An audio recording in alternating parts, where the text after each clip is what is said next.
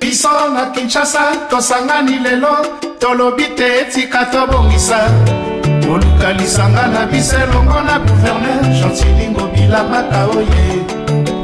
Population ya Kinshasa jeunesse capitale basengi lelo po babongisa Plaisir ozali oya kini bopeto ozali kamolanga ozali kamonayo ozali kamola biso baso to sependi kini bopeto zaka pour la salité boete eza changement mentalité moto so ozala kata motoka ali bitabe ayebi ke mentalité zali changer akozwa eloko wana atela kata kitunga nae esika okoma abwaki eza nde changement ya mentalité na nguye molimo santo nde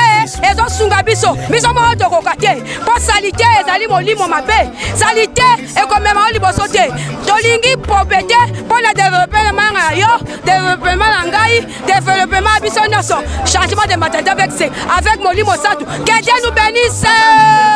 oh ndenge tosali eza malamu neti nga na kopesa témoignage na susa mboka na ngai nakomata na bisi namoni mutu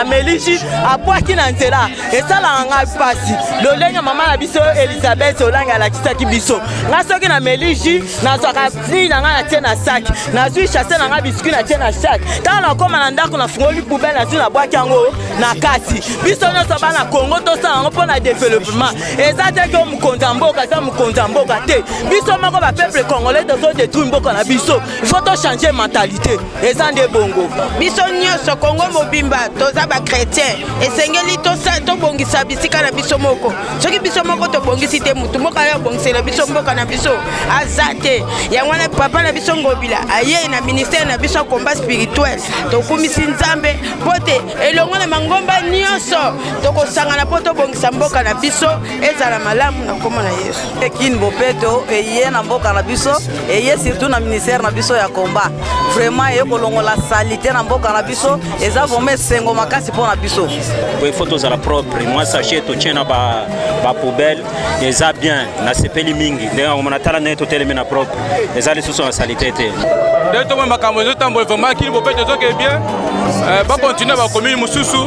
elo ke za il faut biso moko na ba congolais de changer mentalité o melimai ozi chasser o baki na poubelle ko ba vraiment na nzela te biso toza ba maman ministère chrétien en combat spirituel to pesi papa gouverneur merci na ndenga kaniseli biso po ete to ko sala musalo akini bopeto ya solo biso na kati ya ministère na biso ministère eza ministère à propriété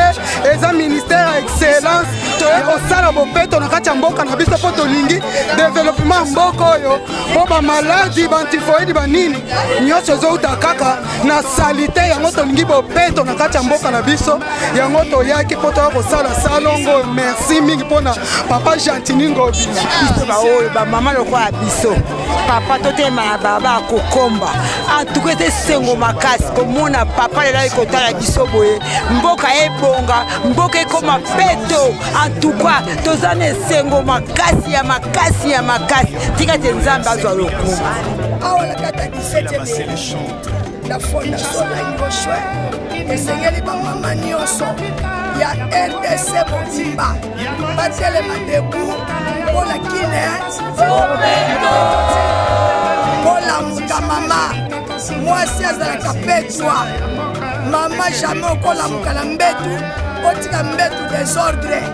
mama tango alongwe na mbetu fatanda mbetu abongisa partout ata mupaya ye kokomela mai na kata ndako na yo biso tango tozokola toyebi ke Kinshasa ba mama baza oyo akala na bato bakoli bayebi to banoke Kinshasa na wenze na kitunga banoke Kinshasa na wenze banoke wenze na mulangi na kata kitunga banoke na sachete banoke na kopali te toza na posa ki Kinshasa enzonga ba kopali wana ba sachet la mboka na biso elimwa emona lisusu te po puisque ezo bebisa pe mabele na biso pona ba agriculture ta bazo saba bilanga wana bazo bimisa ba sachet ba biso milangi ba plastique biloko ya bongo ezo de tout mboka na biso yango na tellement ke biso mama combattant to telemi na likambo oyo tokotika yango te tokosala yango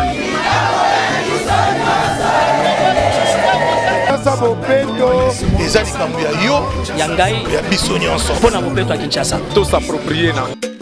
biso na Kinshasa tosangani lelo tolobi te tika tobongisa koluka lisanga na biso elongo na gouverneur Chantilingo Bilamaka oye population ya Kinshasa jeunesse capitale basengi lelo po babongisa